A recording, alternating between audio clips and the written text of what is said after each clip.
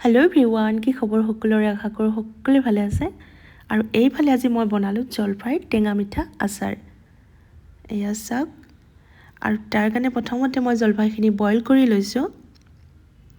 আৰু জলফাইখিনি অকণমান বইল হোৱাৰ পিছত এনেদৰে ভাঙি লৈছোঁ। বহুত বেছিও লোৱা নাই, অকণমানেই বনাইছোঁ।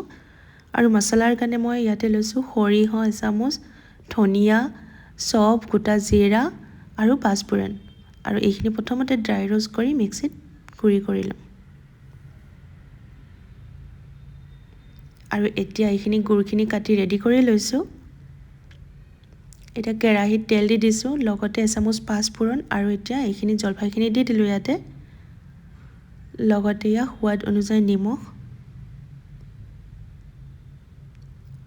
হালধি আৰু গুড়ি কৰি লোৱা মছলাখিনি দি দিছোঁ। মই ইয়াত জলকীয়া দিয়া নাই, আপোনালোকে জলকীয়া এড কৰিব পাৰে।